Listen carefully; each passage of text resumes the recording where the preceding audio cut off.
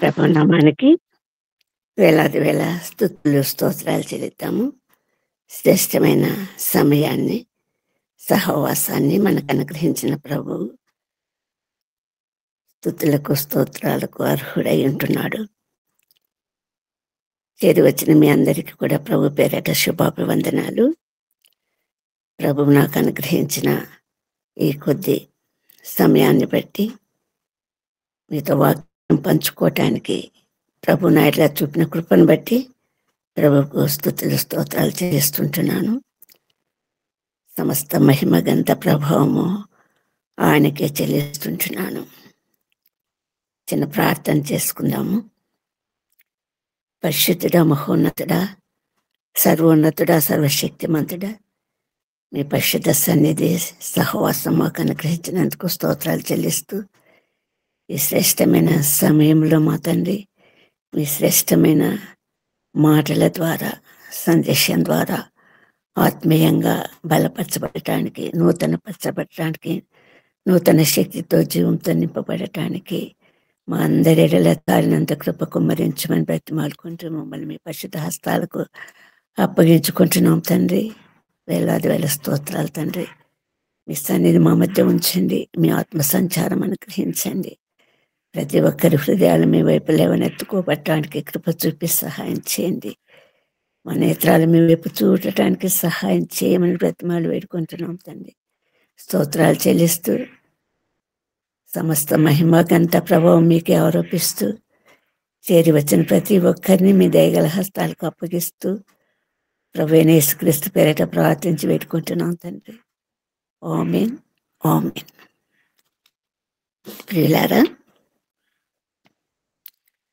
మానవ మట్టి దేహాలు మహిమగల దేహాలుగా మార్చబడటానికి శారీరకంగా, ఆధ్యాత్మికంగా అన్నపానాదులు ఎంతో అవసరమైంటున్నాయి.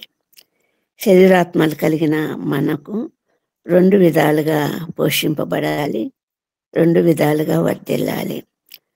ఆత్మ సంబంధం అయిన ఆహారం వలన ఆత్మలో వర్ధిల్లటానికి ప్రభు వాక్యం చేత అనుక్షణం మనను పోషిస్తూ సంరక్షిస్తూ కాచి కాపాడుతుంటున్నాడు.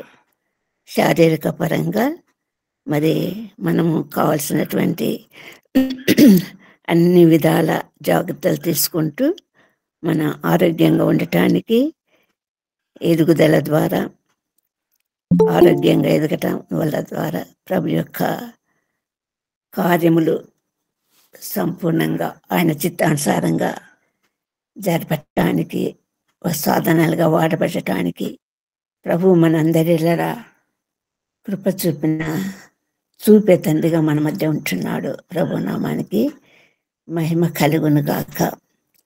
మరి ఈ శారీరక సంబంధమైనటువంటి పోషణను గురించి చూస్తే దానికి కావాల్సిన ఆహార పానీయాలు చాలా శ్రద్ధగా, చాలా జాగ్రత్తగా మనము జీవితాలలో ముందుకు సాగుతూ ఉంటాం. మరి ఆహారం ఎంత అవసరమో శరీరానికి నీరు కూడా అంతే అవసరము. శరీరంలోని ప్రతి వ్యవస్థ ఆరోగ్యకరంగా పనిచేయాలంటే మరి ఆ వ్యవస్థలు, నాడి వ్యవస్థ ఉంది, రక్త ప్రసరణ వ్యవస్థ ఉంది, జీర్ణ వ్యవస్థ ఉంది, విసర్జక వ్యవస్థ ఉంది, శ్వాస వ్యవస్థ ఉంది. ఈ వ్యవస్థలన్నీ కూడా సక్రమంగా పనిచేయటానికి నీరు ఎంతో అవసరము. ఆ నీటి అవసరాన్ని మనము దాహం అంటుంటాం. మన శరీరానికి తక్కువైనటువంటి నీరు ఎప్పటికప్పుడు ప్రతి జీవకణము మరి ఉత్తేజకరంగా ఉండాలంటే, అది సజీవంగా ఉండాలంటే చాలా అవసరమై ఉంటున్నది నీరు. దాన్ని మనం దాహం అంటాం. దాహానికి తట్టుకోలేము. ఆకలికైనా తట్టుకోగలుగుతాం కానీ దాహానికి అస్సలు తట్టుకోలేము. కాకపోతే మానవుని యొక్క ఆలోచనలు మరి శరీరానుసారులు శరీర విషయంలో మనస్కరించరు. ఆత్మానుసారులు ఆత్మీయ విషయంలో మనస్కరింతులని వాక్యం ద్వారా సెలవిచ్చినట్లుగా శరీరానుసారుల దాహం అన్నది ఈ శరీరానికి అవసరమైనటువంటి నీటి మీద కాకుండా వేరే దాహాలు కలిగినటువంటి మానవులుగా మనం చూస్తుంటున్నాం లోకంలో. అందులో చాలా ప్రాముఖ్యత కలిగినటువంటి దాహము ధనదాహము, కీర్తిదాహము, రక్తదాహము. ఇవి తీర్చుకోవటానికి ఆకలి అన్నది మరి దాహం అన్నది తీర్చబడటానికి, అవి నెరవేర్చబడటానికి అనేక మార్గాలు మానవుడు వెతుక్కుంటుంటాడు. ఫలితంగా పాపంలో పడటానికి అది దోహదం చేస్తుంది. మరి ఆ సంబంధంగా దురాశ చేత ఈడవబడతాడు, శోధించబడతాడు. ఆ మార్గాలు అక్రమమైన మార్గాలు, అన్ని మార్గాలు వెతుక్కుంటాడు, పాపం చేస్తాడు. ఆ పాపం అన్నది ఆ పాపం వలన వచ్చు జీతం మరణం కాబట్టి దురాశ చేత ఈడవబడి మరలు కొల్పబడిన వాడై శోధింపబడి పాపము కంటాడు. పాపం పరిపక్వమై మరణం కంటుంది. ఆ మరణం అన్నది మన ఫలితంగా వచ్చే జీతం. అది పాపం వలన వచ్చే జీతం మరణము. మరి ఆత్మలు వర్ధిల్లుతూ ఉన్నప్పుడు ఆత్మానుసారులు నశించే ఆత్మల నిమిత్తము ఆధ్యాత్మికంగా ఆత్మీయ ఆహారాన్ని సంపూర్ణంగా వాక్యమనే ఆత్మీయ ఆహారం చేత పోషింపబడుతూ మరి పరిపూర్ణంగా ఎదిగి యోహాను పత్రిక 3వ పత్రిక 2వ వచనంలో చెప్పిన విధంగా, రాయబడినటువంటి విధంగా ఆత్మలు వర్ధిల్లు కలది మిగతా అన్ని విషయాలలో వర్ధిల్లుతారు అన్నటువంటి పరిశుద్ధ సత్యం మన ముందు ఉంచబడి ఉంటున్నది. మరి ఈరోజు వాక్య భాగంగా లేఖనాలు చూద్దామండి. కీర్తనలు 42వ కీర్తన 1-2 వచనాలు మాత్రం చదువుకుందాము. కీర్తన 42 1-2 వచనాలు. దుప్పినీటి వాగుల కొరకు ఆశపడినట్లు దేవాని కొరకు నా ప్రాణం ఆశపడుచున్నది.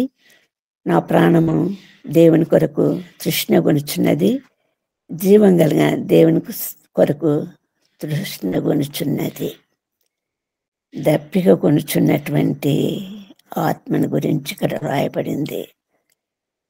దుప్పి నీటి వాగుల కొరకు ఆశపడినట్లు, మనం ఇంతకు ముందుగానే చెప్పుకున్నట్లుగానే దుప్పి అన్నది నీటి వాగుల కొరకు అంటే ప్రశస్తమైనటువంటి తొలకరి వాన కురిసే సమయానికి వాగులు వంకలు ఎండిపోయి ఉంటాయి, భూములు బీడు వారింటాయి, చెట్లు చేమలు ఎండిపోయి ఉంటాయి.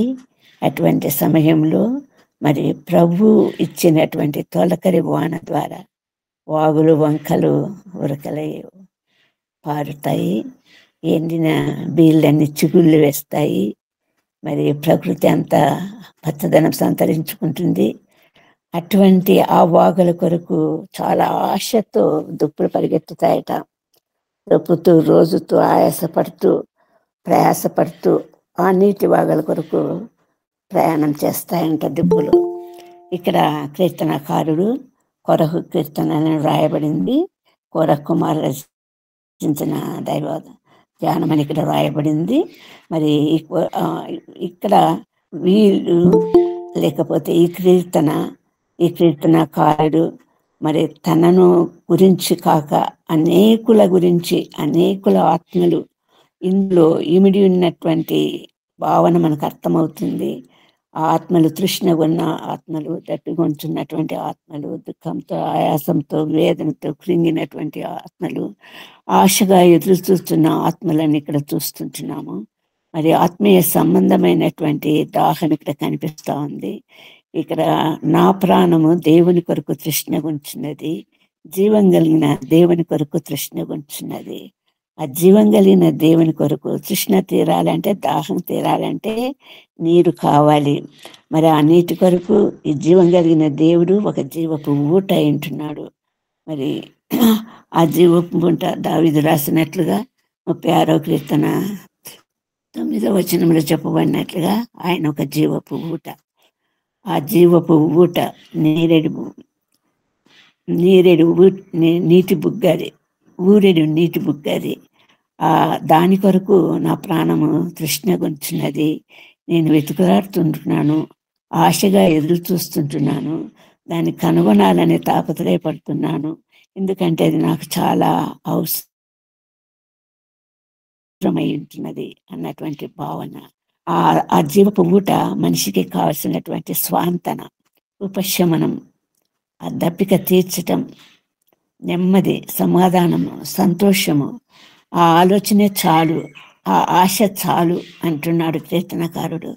అది పొందటం ద్వారా, ఆ దేవుని సన్నిధి పొందటం ద్వారా, దేవుని పాదములు ఆశ్రయించటం ద్వారా, దేవుని యొక్క పరిశుద్ధ వాక్యము లేకపోతే ఆయన సన్నిధి వెతకటం ద్వారా, పొందటం ద్వారా మరి సంపూర్ణమైనటువంటి ఆశ నెరవేర్చబడుతుంది అన్నటువంటి ఒక భావన, ఒక అభిప్రాయము, ఒక పరిశుద్ధ సత్యము ఇక్కడ వెలువడి చేయబడతా ఉంది. ఆ నీరు అన్నది ఆ ప్రభువు నుండి ఊరేడు ఆ నీటి బుగ్గ అన్నది, ఆ జీవజలం అన్నది నిత్యము మరి హృదయానికి స్వాంతన కలిగించేది. అది ఆత్మకి ఎంతో అవసరమై ఉంటున్నది.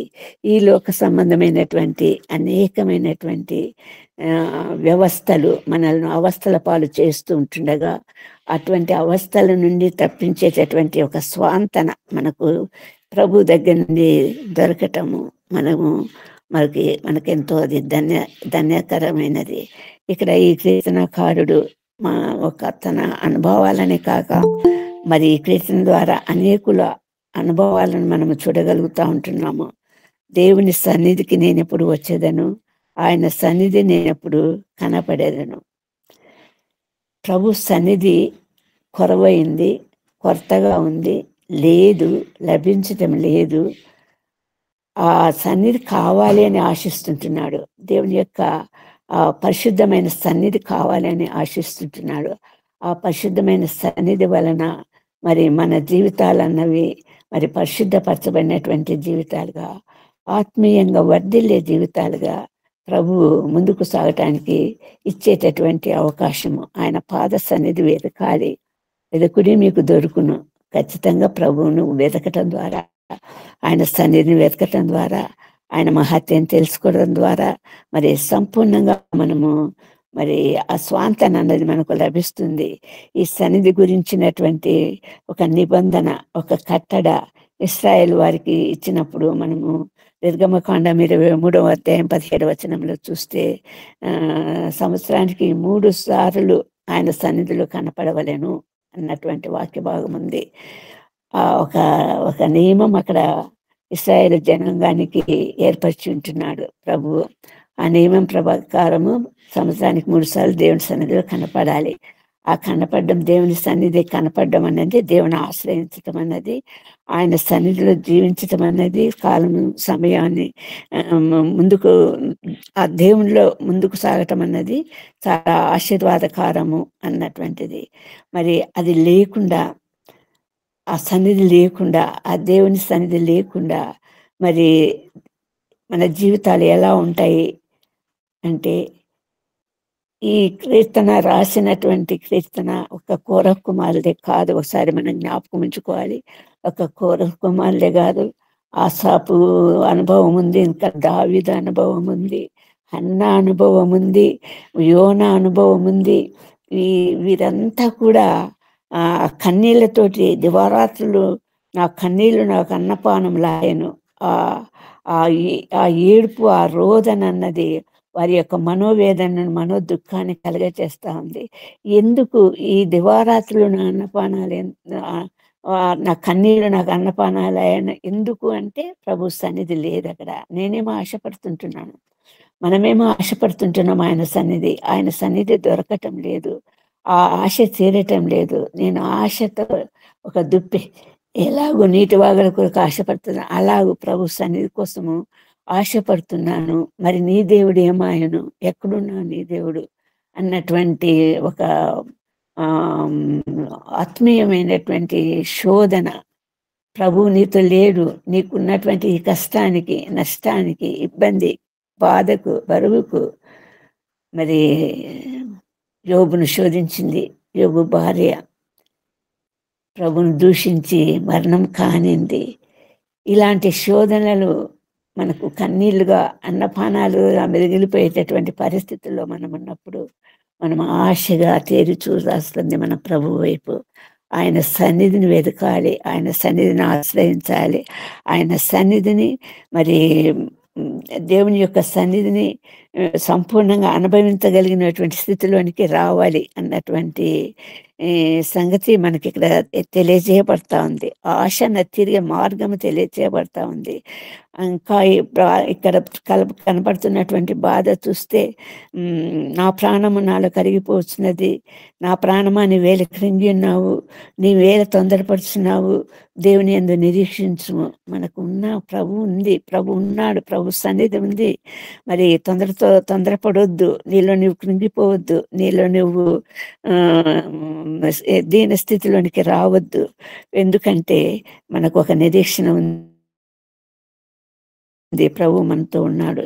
ఇక్కడ 4వ వచనంలో అంటున్నాడు, జనసమూహంతో పండుగ చేస్తున్న సమూహంతో నేను వెళ్ళిన సంగతి సంతోషం కలిగి స్తోత్రం చెల్లించుతూ దేవుని మందిరంకు వారిని నడిపించే సంగతిని జ్ఞాపకం చేసుకొనగా. అంటే ఇప్పుడు లేదు వారికి పరిస్థితి. ఆ పరిస్థితి ఇంతకుముందు ఆ జనసమూహంతో పండుగ చేసుకున్న దినాలు ఉంటున్నాయి, మరి అనేకులను నడిపించిన దినాలు ఉంటున్నాయి, ఆ దేవుని పాద సన్నిధి ఆశ్రయించిన దినాలు ఉంటున్నాయి. అవన్నీ ఇప్పుడు దూరం అయిపోయి ఉంటున్నాయి. అటువంటి పరిస్థితులలో నా ప్రాణం నాలో కరిగిపోతుంది, దుఃఖం కలుగుతుంది, వేదన కలుగుతుంది.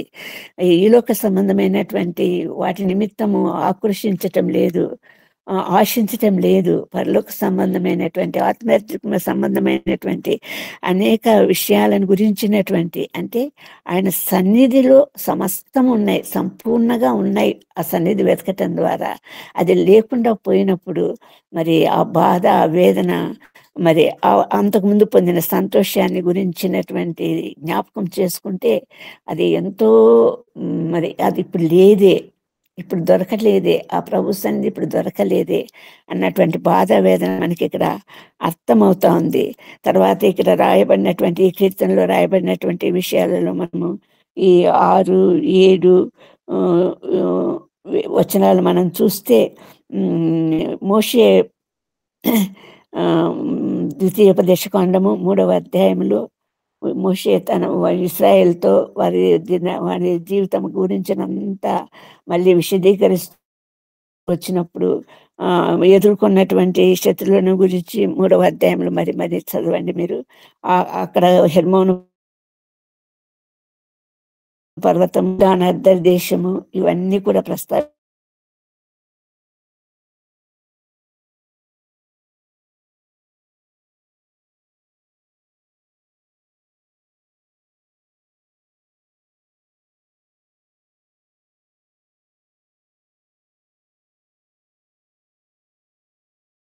అక్కడ చూడండి ఎంత శ్రేష్టమైనటువంటి ఆశ, ఆలోచన కలిగినటువంటి విషయంగా మనకు కనిపిస్తూ ఉంది.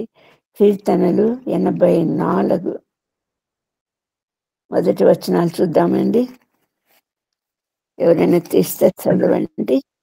సైన్యములకు అధిపతి యెహోవా, నీ నివాసములు ఎంతో రమ్యములు. యెహోవా మందిర ఆవరణములను చూడవలనని నా ప్రాణం ఎంతో ఆశపడుచున్నది, అది సొమ్మసిల్లుచున్నది. జీవము గల దేవుని దర్శించుటకు నా హృదయమును నా శరీరమును ఆనందముతో కేకలు వేయుచున్నవి. ఆమేన్. అవునండి, థ్యాంక్ యూ వెరీ మచ్. మరి ఇక్కడ ఆశ, కోరిక ఏంటి, ఆ ఇచ్చ ఏంటి, దేని గురించినటువంటి తాపత్రయము కనిపిస్తూ ఉందంటే, ఇక్కడ సైన్యములకు అధిపతి యెహోవా అనే నివాసంలో ఎంత రమ్యాలు.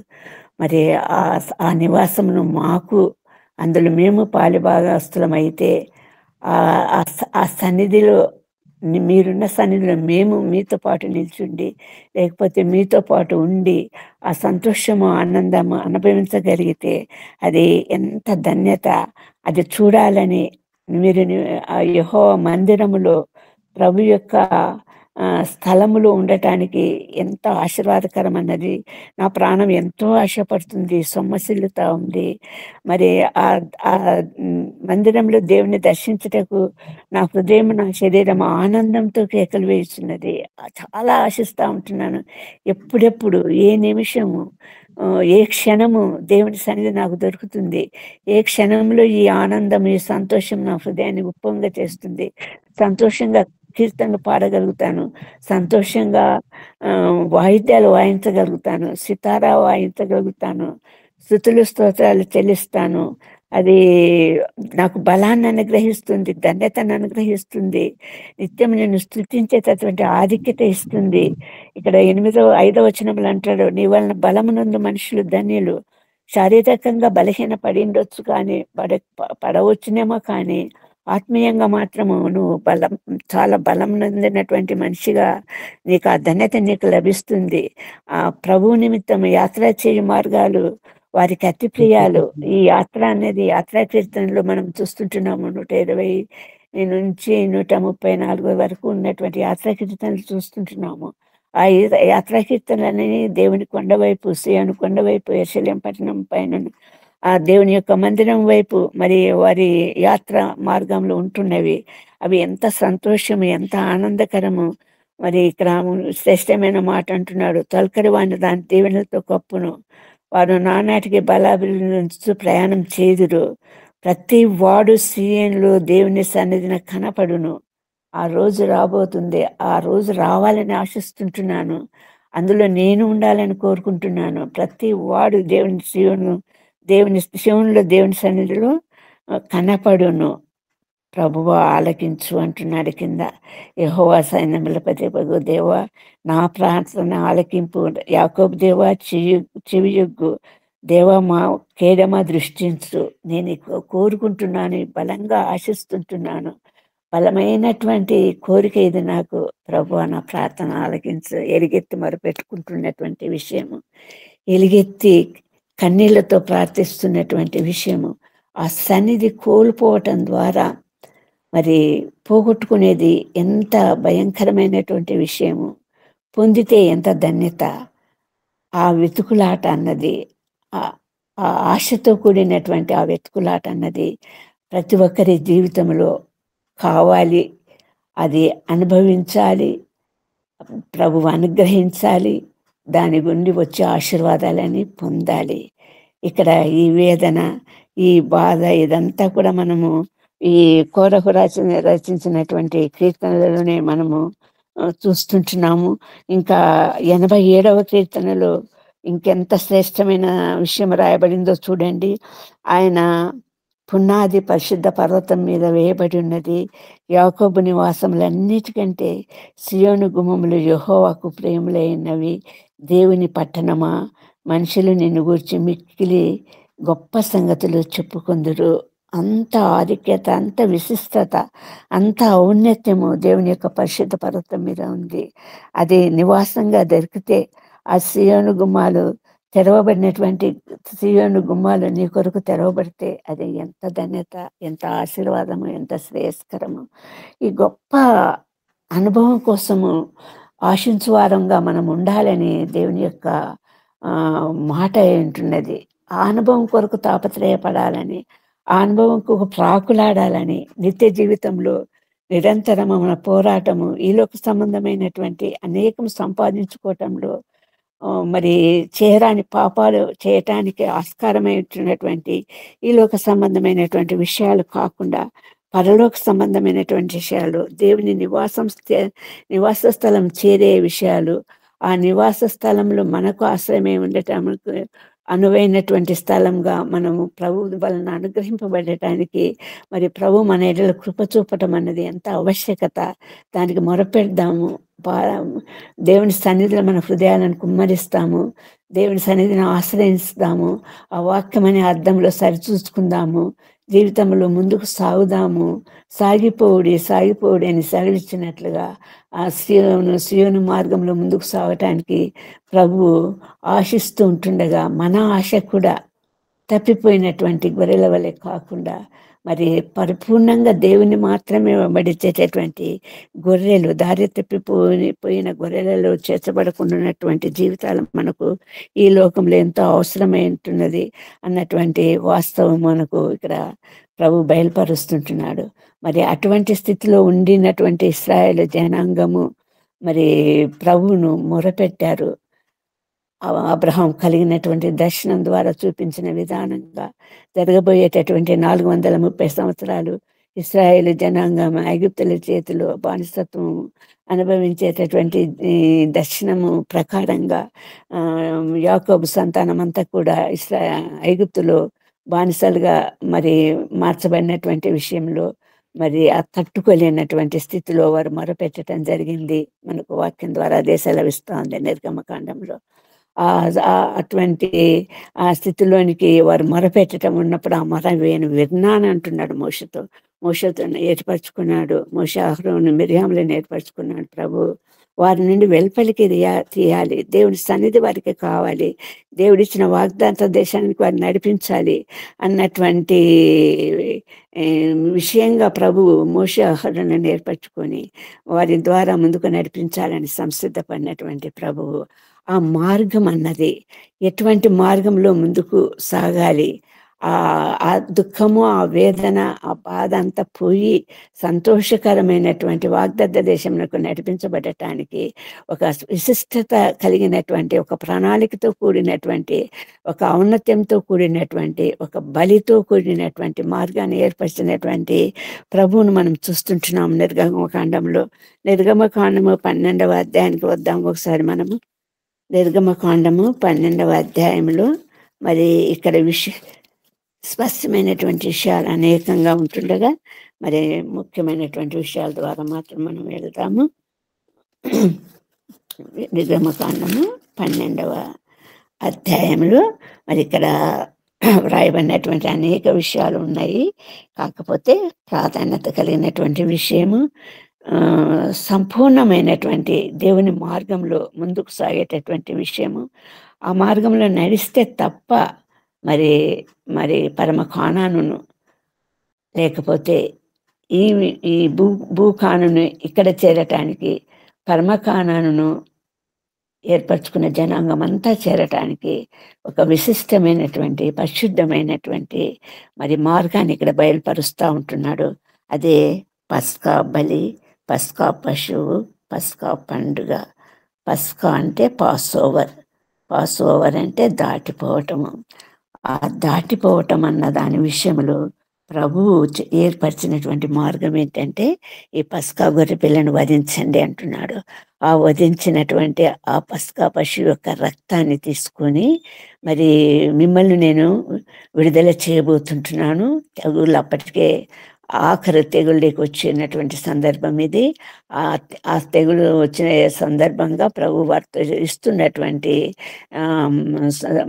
మొత్తం సూచనలు ఏంటంటే ఆ పస్కా బలి పశువు వధించబడినప్పుడు దాని యొక్క రక్తము మీ గృహాల పైన, ఇశ్రాయేలు తన జనాంగం యొక్క ప్రతి గృహం పైన, గడప పైన లేకపోతే తలుపు పైన, నిలువు కమ్మి మీద, అడ్డు కమ్మి మీద రక్తాన్ని ప్రోక్షించండి, రుద్దండి.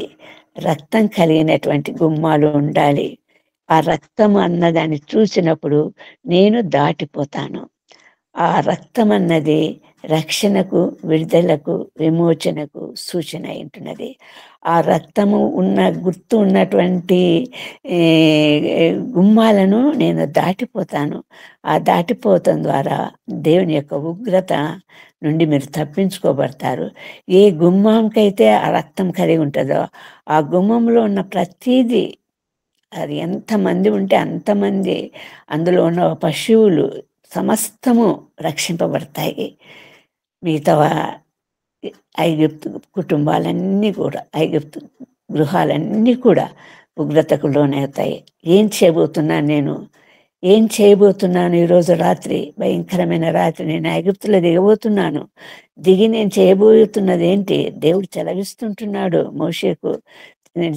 చేయబోయేది ఏంటి? నేను ప్రతి తొలిచూలు, ప్రతి జ్యేష్ఠత్వం కలిగినటువంటి వారిని నేను చంపబోతున్నాను.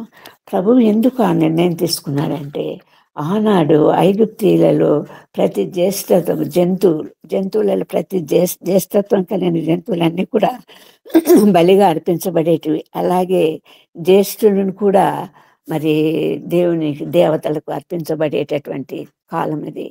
అటువంటి సందర్భంగా ప్రభు ఊహించలేనటువంటి సహించలేనటువంటి విషయం అది. మరి ప్రతి జ్యేష్ఠ కుమారుడు దేవునికి అర్పణగా అర్పించబడాలి. బలిగాను విగ్రహాలకు అర్పించబడటానికి ప్రభు ఏమాత్రము సహింపరాని విషయము. అందుకోసము చాలా తీవ్రమైనటువంటి ఉగ్రత కలిగినటువంటి నిర్ణయం తీసుకున్నటువంటి ప్రభువు అక్కడ సెలవిస్తుంటున్నాడు, నేను దాటిపోతాను. ఆ రక్తం అన్నది ఒక రక్షణకు సూచన, ఒక విడుదలకు సూచన, ఒక విమోచనకు సూచన. ఎప్పుడైతే ప్రతి జ్యేష్ఠత్వం కలిగిన ప్రతిదీ నశించిపోతుందో అప్పుడు ఫరో మిమ్మల్ని పోనిస్తాడు, మీకు విడుదల కలుగుతుంది, విమోచన కలుగుతుంది. అది కేవలము ఆ చిందించబడిన పస్కా బలి పశువుగా చిందించబడినటువంటి ఆ గొర్రెపిల్ల యొక్క రక్తం ద్వారా మాత్రమే జరుగుతుంది. ఆ విడుదల అన్నది, విమోచన అన్నది ఈ సందర్భంగా ఇశ్రాయేలీయులకు ఇహలోక సంబంధమైనటువంటి బానిసత్వము విడుదల విమోచన కావచ్చు, కానీ అది ఆ రక్త ప్రోక్షణ అన్నది, లేకపోతే ఆ గుమ్మాలకు రాయబడిన లేకపోతే పూయబడిన అంటే ఆ రక్తం అన్నది ఒక సిలువకు సాదృశ్యంగా, సిలువ మరణానికి సాదృశ్యంగా, ప్రభు చిందించబోయే రక్తముకు సాదృశ్యంగా, ఆ రక్తం ద్వారా నా పాప క్షమాపణ, పాపం నుండి విడుదల విమోచన కలుగుతుందన్న దాన్ని సూచనగా ప్రభు ఏర్పరిచినటువంటి ఈ పస్కా బలిని చూస్తుంటున్నాం మనం. పస్కా పండుగను ఆచరించమంటున్నాడు. మరి అందులో వాళ్ళకి ఇచ్చినటువంటి ఇన్స్ట్రక్షన్స్లో తినవలసిన విధానం ఏమన్నగా అంటున్నాడు 12వ అధ్యాయంలో. అదే నిర్గమకాండము 12వ అధ్యాయం 10వ వచనం చూస్తే అక్కడ చెప్పబడినట్టు వాక్యం రాయబడినట్టు ఏంటంటే, మీ నడుము కట్టుకొని, మీ చెప్పులు తొడుక్కొని, మీ కర్రలు చేత పట్టుకొని త్వరపడుచు దాన్ని తినవలెను, ఇది యెహోవాకు పస్కా బలి. అంటే అంత స్వేచ్ఛగా, అంత యాక్టివ్గా, లేకపోతే అంత ఉత్సాహంగా, అప్రమత్తంగా, జాగ్రత్త కలిగినటువంటి ప్రతి క్షణము ఒక విలువైనటువంటి సమయంగా వెంచాలి. మీరు సిద్ధపడినటువంటి వారుగా నడుములు కట్టుకొని అంటే సిద్ధపాటును సూచించేది. మరి కాళ్ళకు చెప్పులు తొడుక్కోమంటున్నాడు. సిద్ధ మనసు అనే సువార్తను ప్రకటించడానికి సిద్ధ మనసు అనే జోడు తొడుక్కోవాలి. అటువంటి సిద్ధపాటుని ఇక్కడ సూచిస్తుంటున్నాడు ప్రభువు. మరి కర్రను చేత పట్టుకొని ఊతగా, ఎలా మోషేను కర్ర ద్వారా మోషేను నడిపించానో, ఎలాగ యాకోబు ఊతకర్రతో బయలుదేరినటువంటి యాకోబును గొప్ప జనాంగాన్ని చేసినానో, అలాంటి ఊతకర్ర మీ చేతిలో ఉండాలి. దాన్ని పట్టుకొని మీరు సంసిద్ధులు కావాలి. అంత త్వరపడుతూ మీరు పస్కా బలి మాంసాన్ని తినాలి. అది వండినటువంటి మాంసము, అది నీళ్ళతో ఉడకబెట్టినది కాదు, కాల్చబడినది మాత్రమే ఉండాలి. ఎంత ఇన్స్ట్రక్షన్స్ ఇచ్చారండి చూడండి మీరు 12వ అధ్యాయంలో. మరి మీకందరికీ తెలిసిన విషయాలు అయి ఉండొచ్చు. కాకపోతే మన దేవుని చేత హెచ్చరింపబడినటువంటి వారంగా మనం ముందుకు సాగుతుంటున్నాం ప్రతిరోజు కూడా. అందులో భాగంగానే ఈ ప్రభువు యొక్క వాక్యం ఈరోజు మనం ధ్యానిస్తుంటున్నాము. మరి ఈ సందర్భంగా ఇచ్చినటువంటి మరి సూచనలు అన్నీ కూడా ఖచ్చితంగా పాటించవలసినటువంటి సూచన అయి ఉంటున్నది.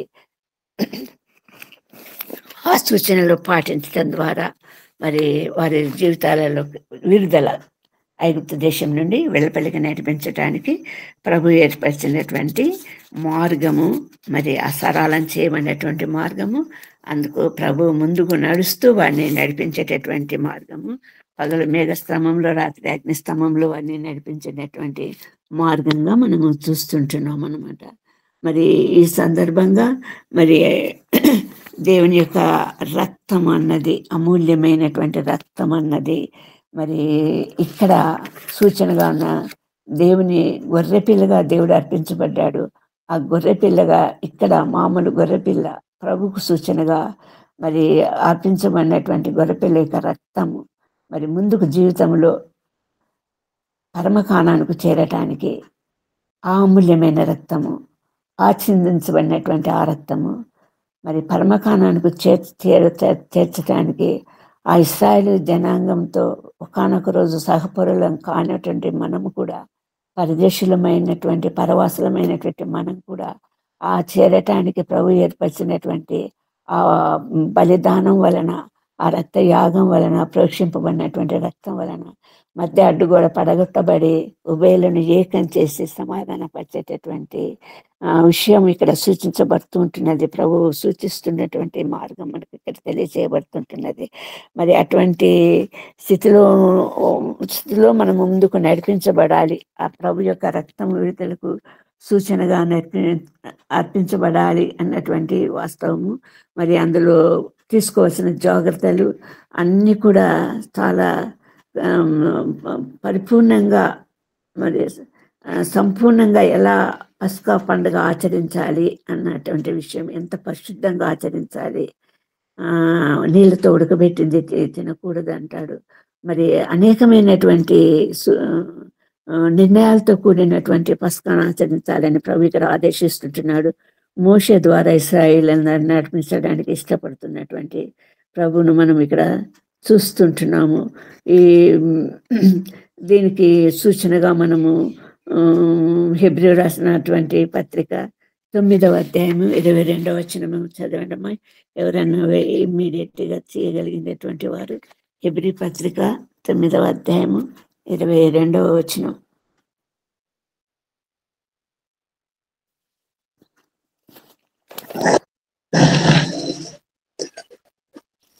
మరియు ధర్మశాస్త్ర ప్రకారము సమస్త వస్తువులను రక్తము చేత శుద్ధి చేయబడిననియు, రక్తము చిందింపకుండా పాప క్షమాపణ కలుగుదనియు సామాన్యముగా చెప్పవచ్చును. సూచన ఏంటంటే మరి రక్తం అన్నది మరి ప్రతిదీ శుద్ధి చేయబడుతుంది అన్నది. ఆ గృహానికి తలుపులకు రాయబడినటువంటి రక్తము ఆ గృహంలో ఉన్న ప్రతి వస్తువును, ప్రతి మనిషిని, ప్రతి జంతువును కూడా శుద్ధి చేయబడుతుంది, విడుదల చేయబడుతుంది. అది ధర్మశాస్త్ర ప్రకారం. అది ఇక్కడ క్రీస్తు అమూల్యమైనటువంటి రక్తము ప్రతి పాపిని ఒక పరిశుద్ధినిగా చేయటానికి చిందించబడినటువంటి రక్తానికి సూచన అంటూ పౌలు ఇక్కడ మనకు తెలియజేస్తుంటున్నాడు. అలాగే మనము లూకా సువార్త 22వ అధ్యాయము 19వ వచనం ద్వారా వెళ్దాము. లూకా సువార్త 22వ అధ్యాయము. అక్కడ మనకు కనపడుతున్నటువంటి విషయం ఏంటంటే ఆ పస్కాను ఆచరించడానికి ప్రభు శిష్యులతో ఉంచినటువంటి సందర్భం అది. అక్కడ చాలా శ్రేష్టమైనటువంటి మాటలు అక్కడ తెలియపరుస్తుంటున్నాడు. మరి చిందించబడినటువంటి చిందించబోయేటువంటి రక్తానికి గుర్తుగా ద్రాక్షరసాన్ని తన శరీరం విడుదలబడేటువంటి తన శరీరానికి గుర్తుగా శ్రేష్టమైన మాటలు ఒకసారి 22వ అధ్యాయము 19వ వచనం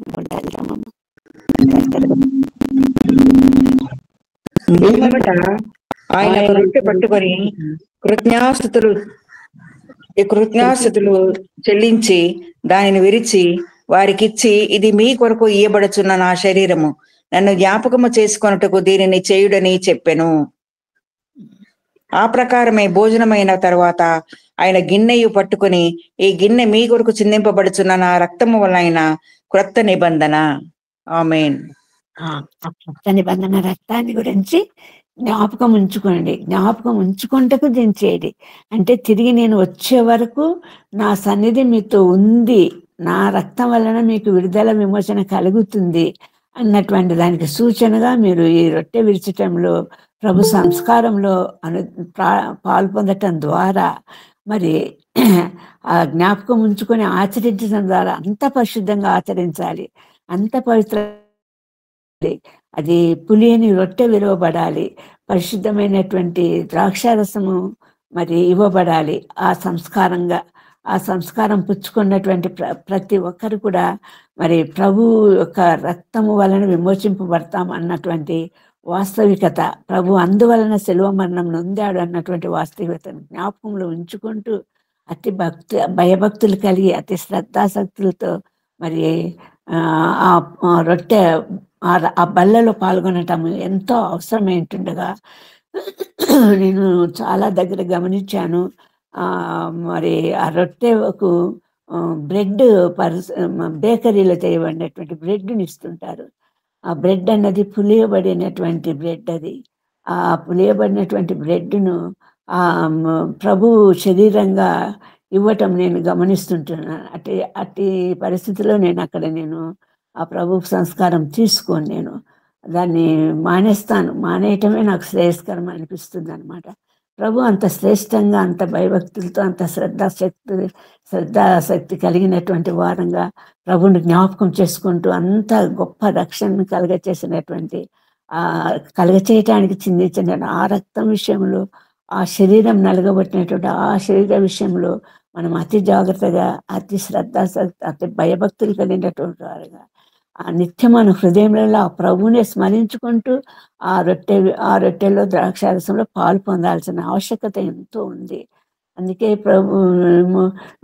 శిష్యుల ద్వారా, అపొస్తలుల ద్వారా ఏర్పరచబడినటువంటి సంఘాలలో ప్రతిదినము రొట్టె విరుచుట, ప్రతిదినము ఆ ప్రార్థన, విజ్ఞాపనలు, రొట్టె విరుచుట, పంచుకోవటాలు, అందరూ సమానంగా ఉండటానికి పంచుకోవటం, ఇవన్నీ కూడా చాలా శ్రేష్టమైనటువంటి అనుబంధము ప్రభువులోనికి నడిపించబడటానికి, ప్రభుతో ఉండటానికి, ప్రభు సాన్నిధ్యం పొందటానికి, ప్రభు సహవాసంలో జీవించటానికి చాలా ఆవశ్యకాలైంటుండగా అతి నిర్లక్ష్యత అన్నది మనకు పనికి రాదు అన్నటువంటి వాస్తవం, అతి శ్రద్ధగా ఆచరించాలన్నది, అది కూడా ఆయన మరణ పర్యంతం, ఆయన తిరిగి వచ్చే వరకు ఆయన మరణాన్ని గురించి ప్రచురించాలన్నది.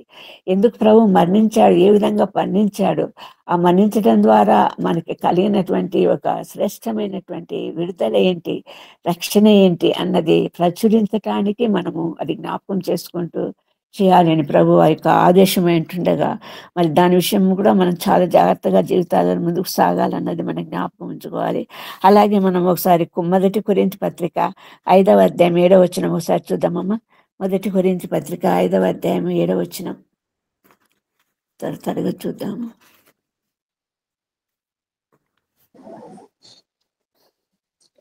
మీరు పులిపిండి లేని వారు కనుక క్రొత్త ముద్ద ఊటకై ఆ పాతదైన పిండిని తీసి పారవేయుడి.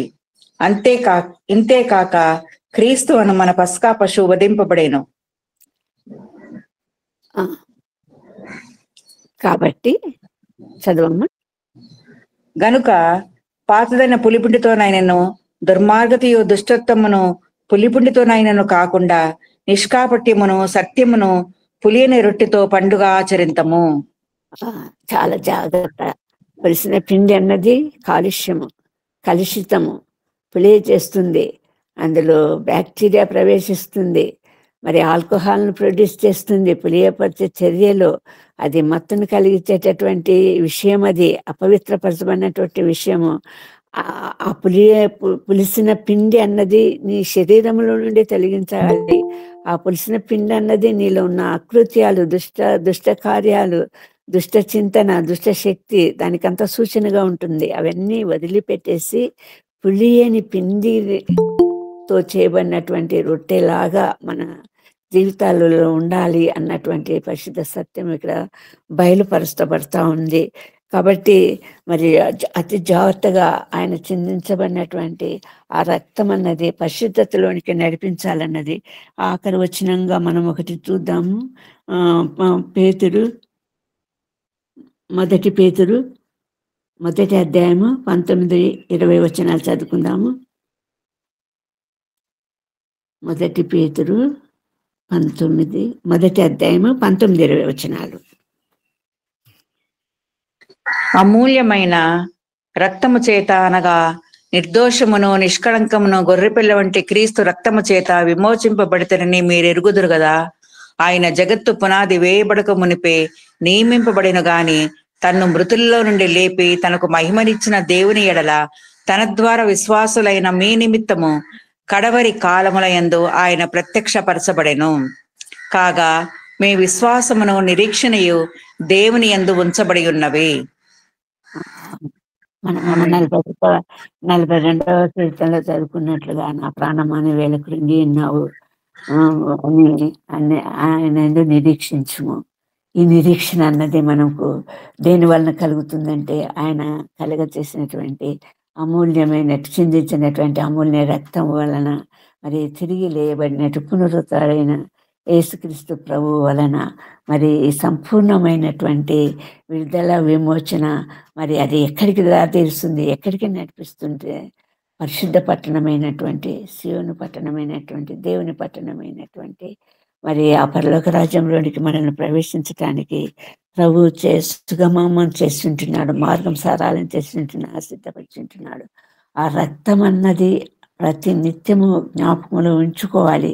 ఆ రక్తం ఉన్నటువంటి ఆ రక్తము మన మీదే కాదు, మన పిల్లల మీద, మన కుటుంబంలో ప్రతి ఒక్కరి మీద, మన గృహంలో ప్రతి ఒక్కరి మీద ఆ రక్తము యొక్క ఆ ఛాయ కనిపించాలి. ప్రభు యొక్క రక్తం యొక్క ఛాయ కనిపించాలి, ఆ పరిశుద్ధత కనిపించాలి.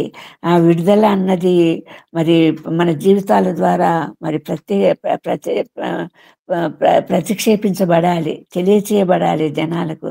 అది చాలా అమూల్యమైనటువంటి ఒక అతి పరిశుద్ధమైనటువంటి శ్రేష్టమైనటువంటి మార్గం ఉంటుండగా ఆ అమూల్యమైన రక్తం వలన కడగబడినటువంటి మనం అందరం కూడా ఆ పరిశుద్ధ మార్గంలో ముందుకు సాగాలని దేవుడు నిశ్చయించినటువంటి దేవునిగా మనం చూస్తుంటున్నాము. కాబట్టి ప్రభు ఈరోజు మనతో మాట్లాడుతున్నటువంటి శ్రేష్టము ఆ విడుదల, ఆ విమోచన కలగటానికి ఆ ఆశతో ప్రభు వైపు తేరి చూచే కన్నులు కలిగినటువంటి వారంగా, మరి ఆకాశం వైపు కన్నులెత్తి ప్రభువును అర్చించే వారంగా, మొరపెట్టే వారంగా, ప్రార్థించే వారంగా, ఆశ కలిగినటువంటి వారంగా ప్రభు సన్నిధిని వెతికితే ఆ మార్గం మనకు తెలియజేయబడితే, ఆ తెలియచేయబడినటువంటి ఆ మార్గం ద్వారా, ఆ అమూల్యమైన రక్తం ద్వారా మరి ప్రభు యొక్క రాజ్యాన్ని స్వతంత్రించుకోవటానికి ప్రభు మనకు శ్రేష్టమైనటువంటి మన ఎడల కృప చూపించుంటున్నాడు. కేవలం ఉచిత కృప.